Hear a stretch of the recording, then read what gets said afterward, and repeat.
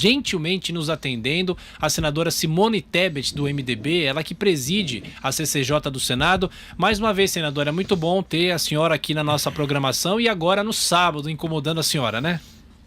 Imagina, Thiago, bom dia aqui, boa tarde aí. No meu estado é 1 hora menos. É um prazer sempre muito grande falar com todos os ouvintes da Jovem Pan e mais do que nunca, em tempos de crise como essa de pandemia, nós não temos dia nem hora, né? Temos que trabalhar de segunda a segunda porque o tempo não para, o tic-tac do relógio aí, infelizmente, está sendo cruel, especialmente em estados como o estado de São Paulo, Amazonas, alguns estados no Nordeste e Rio de Janeiro. É verdade. Senadora, o que esperar dessa votação de hoje? Se fala em 60 bilhões de reais. E para que a gente possa entender, esse é um dinheiro que sai da União e vai para estados e municípios. De que maneira é possível conseguir a aprovação disso? E qual que é a posição da senhora em relação a essa matéria? Bom, Thiago, é muito simples. Nós temos, entre tantos projetos, 2 projetos relevantes para socorrer as finanças dos estados e dos municípios. Nesse tempo de pandemia e de isolamento, seja horizontal, seja vertical, ficar em casa, mais ou menos todos os estados e municípios estão sofrendo com o esfriamento da economia. Fecha-se as portas do comércio, os estados e municípios deixam de arrecadar e esse dinheiro que é necessário mês a mês para pagar a folha de servidor, para fazer a economia girar, para investir em serviços básicos essenciais, de limpeza, de saúde, de educação, de segurança pública, começa a faltar. Como a União é a nossa mãe, né, a mãe de todos nós, e é que normalmente mais arrecada e que mais tem, apesar do dinheiro escasso, mais tem dinheiro neste momento e pode, em casos excepcionais, né, fabricar moeda, tem capacidade de endividamento, a União se propôs a auxiliar os estados e municípios com 2 projetos. Um já está valendo, que é mais simples, 16 bilhões, que garante que o FPM, Fundo de Participação dos Estados, e o FPE, Fundo de Participação dos Estados, o FPM, Fundo de Participação dos Municípios, fique garantido nos moldes mês a mês do ano de 2019. Então, os municípios e estados não precisam se preocupar com possível queda de FPM e FPE. E hoje, então, uma primeira resposta é sim, votamos hoje, há um consenso dos senadores que nós temos que aprovar de uma forma ou de outra, depois de uma ampla discussão entre o Senado e o governo federal, também com uma certa participação do deputado Rodrigo Maia, em que pese a Câmara poder modificar depois, chegou-se a um consenso de que a União vai repassar 60 bilhões de reais, 10 para a saúde, pandemia, coronavírus, e 50 bilhões. Tem 2 polêmicas só aí, rapidamente. Se a divisão seria 50-50, ou seja, 50% para estados, 50% para municípios, ou se seria 60% para estados e 40% para municípios. Está bem dividido dentro do Senado, a gente vai ver o que o presidente do Senado vai acolher. E a segunda polêmica é porque, para dar esse dinheiro, a União está exigindo como contrapartida, entre outras coisas, não realização de concurso público e praticamente, entre aspas, aí para facilitar, congelamento do salário dos servidores por 18 meses. Seria esse ano e o ano que vem. A dúvida dos colegas é se nós estaríamos aí fazendo exceções, especialmente no que se refere ao pessoal da saúde, enfermeiros, técnicos de enfermagem, médicos e o pessoal da segurança pública. Se eles ficariam de fora desse congelamento por 18 meses. Senadora, é um prazer conversar com a senhora, é o Fausto Favara. Eu queria saber o seu posicionamento com relação a essa divisão entre os estados, né? Que a senhora explicasse como pode ser feita essa divisão. O país é realmente desigual em todos os sentidos, né? A gente vê boa parte da população sem ter ao menos saneamento básico, né? É algo muito sério que acontece no nosso país. Como vai ser feita essa divisão entre os estados, senadora? Um prazer conversar com a senhora. Um prazer é meu, Fausto. A pergunta é muito importante.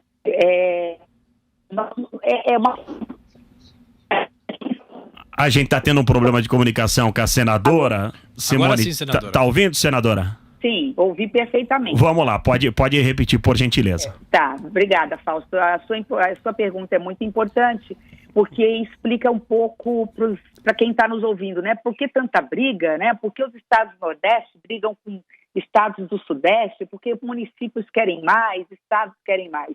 A conta é muito simples, 2 mais 2 nunca vai dar 5. E o país é tão diverso nas suas desigualdades, nós temos desigualdades dentro de desigualdades, que a desigualdade regional do Brasil, ela não permite que a gente chegue num consenso sobre e essa é a maior das reformas, numa grande reforma tributária. Então, porque a conta não fecha, o cobertor é curto e as necessidades e os pleitos de estados como São Paulo são muito diferentes dos estados do Nordeste. Então, nessa conta desse projeto em específico, seja 60% para estados ou 50% para estados.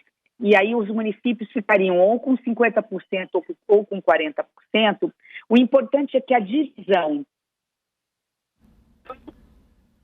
Oi, senadora.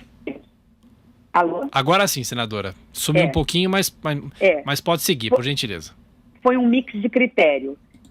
Desse bolo vai para os estados, por exemplo, o estado de São Paulo, ficando com 50% ou com 40%, não importa, a divisão envolve o índice de perda de ICMS, tamanho da população, no caso do estado de São Paulo, nesse aspecto leva vantagem, é o estado mais populoso, e também um percentual de FPE, Fundo de Participação dos Estados. Então foi colocado na balança uma série de critérios e índices para fazer com que nesse projeto, pelo menos 20 dos 27 estados da Federação Brasileira levem vantagem em relação ao texto que estava na Câmara dos Deputados.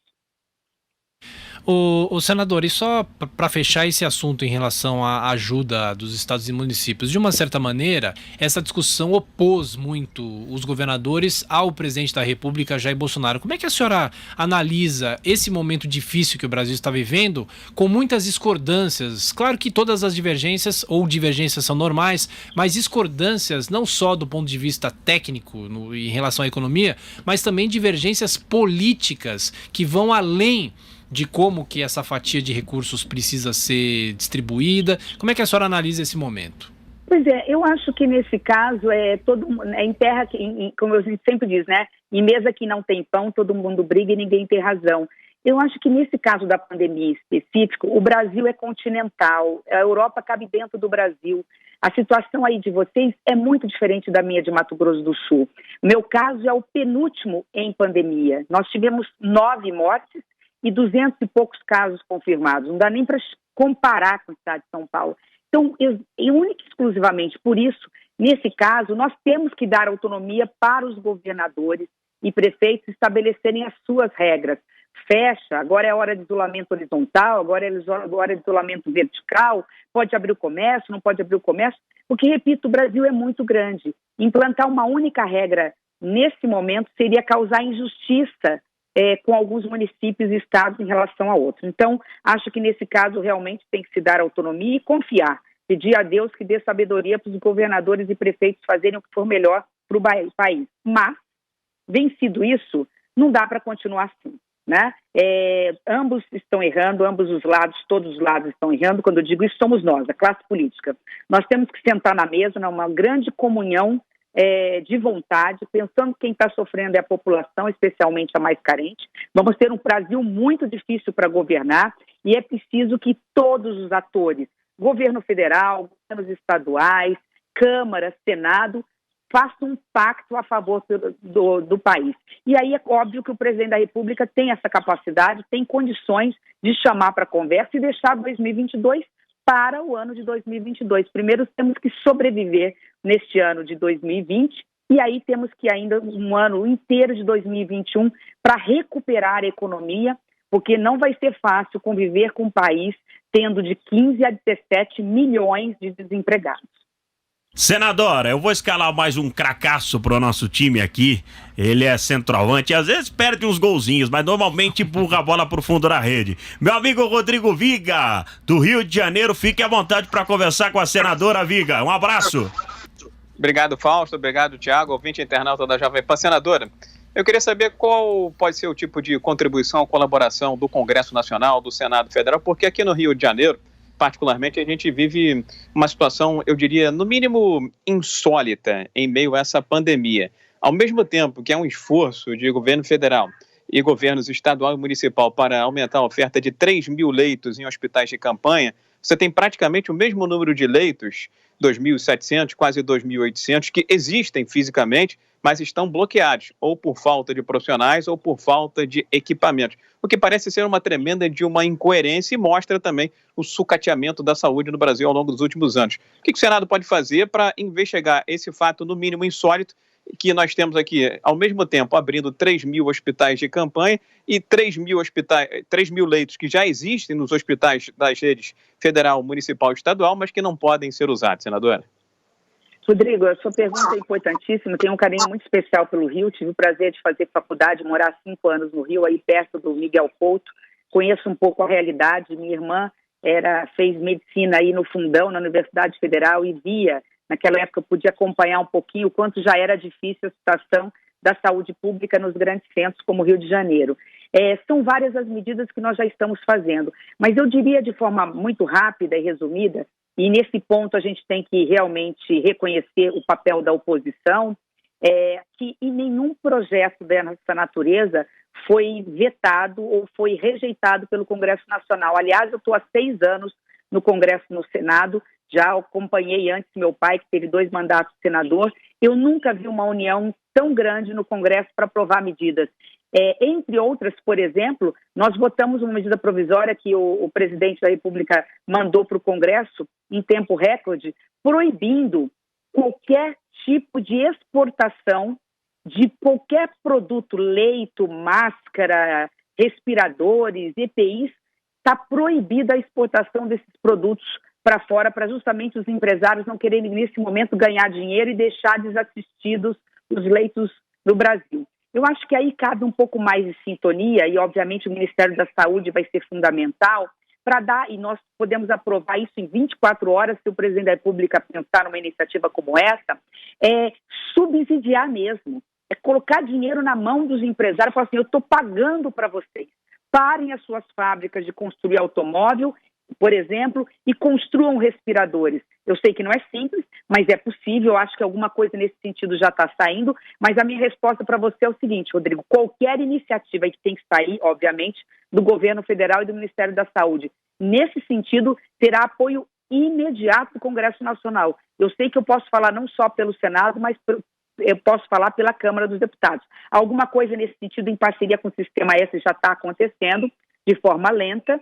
Por isso que eu garanto para você, nós estamos falando mais, subsidiar mesmo, entregar a matéria-prima, pagar, de preferência à vista, se for o caso, está aqui o dinheiro, está na sua conta, só que você vai sacar na hora que entregar o produto, entregue os produtos, os respiradores, os leitos, as macas, o material de segurança para os nossos profissionais. É possível, essa é a única saída nesse momento. Tenho certeza que os órgãos de controle, tribunais de contas, Ministério Público, próprio Judiciário, né, não vão criar nenhum tipo de obstáculo para uma medida como essa. Não vejo outra, porque não é falta de dinheiro. Senadora, já a gente vai voltar com o Rodrigo Viga, já a gente vai votar 100% com o Rodrigo Viga, mas eu vou fazer uma última pergunta para a senadora. Senadora, eu entendo particularmente que a gente está vivendo um momento extremamente delicado, né? Não só no Brasil, mas no mundo inteiro, com uma doença desconhecida, com uma situação, com um vírus desconhecido e com um problema muito sério que atingiu e deu uma rasteira no mundo inteiro. E no Brasil acontecem algumas coisas que, no meu ponto de vista, são inacreditáveis, senadora. Num momento como esse, é evidente que a política é fundamental e importante em qualquer momento, mas um debate saudável, né? Todos olhando para uma só direção, para que a gente possa sair dessa situação fortalecidos, enfim. E a gente, eu incluo a população brasileira, não está vendo isso, né? Tanto por parte do governo federal, os governos estaduais, enfim. Como é que a senadora vê essa situação bastante efervescente da política brasileira no momento de uma pandemia, senadora?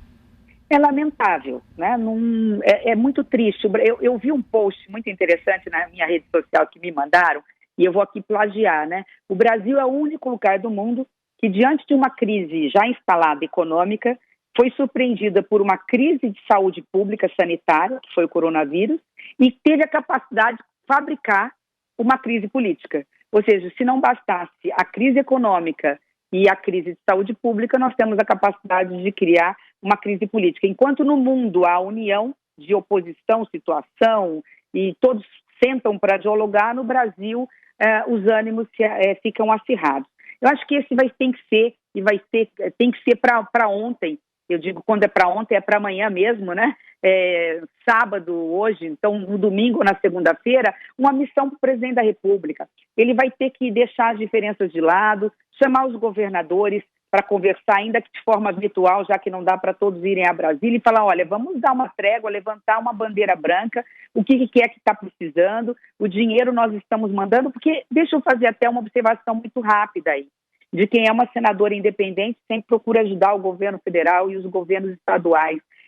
O presidente Bolsonaro não está sequer conseguindo fazer propaganda das coisas boas que tem feito em relação ao coronavírus e à pandemia, porque ele mesmo, infelizmente, cria crises políticas, né, desnecessárias.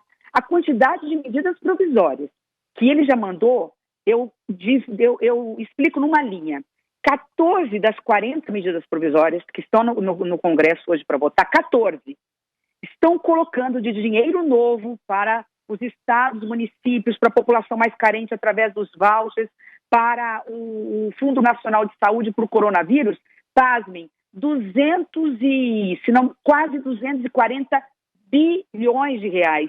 E ao invés dele aproveitar e fazer uma propaganda positiva, ele acaba criando crise política. Então, eu acho que o presidente precisa agora acalmar um pouquinho, né? Eu sei que todo mundo está nervoso em relação a isso, chamar os governadores para conversar, tenho certeza que os governadores levantariam aí a bandeira branca, e depois, obviamente, que o jogo segue, já que você está falando que o Rodrigo é um bom centroavante, né? Depois é bola no chão e recomeça a partir de 2021 os embates políticos, partidários, que faz parte de uma democracia saudável. Senadora Simone Tebet, do MDB, mais uma vez, muito obrigado pela atenção da senhora, a senhora que preside a CCJ do Senado, mais uma vez, bom trabalho hoje, mesmo que remoto, nessa sessão do Senado, e a Jovem Pan estará acompanhando. Muito obrigado, estamos sempre à disposição. Um abraço. Abraço a todos, eu que agradeço.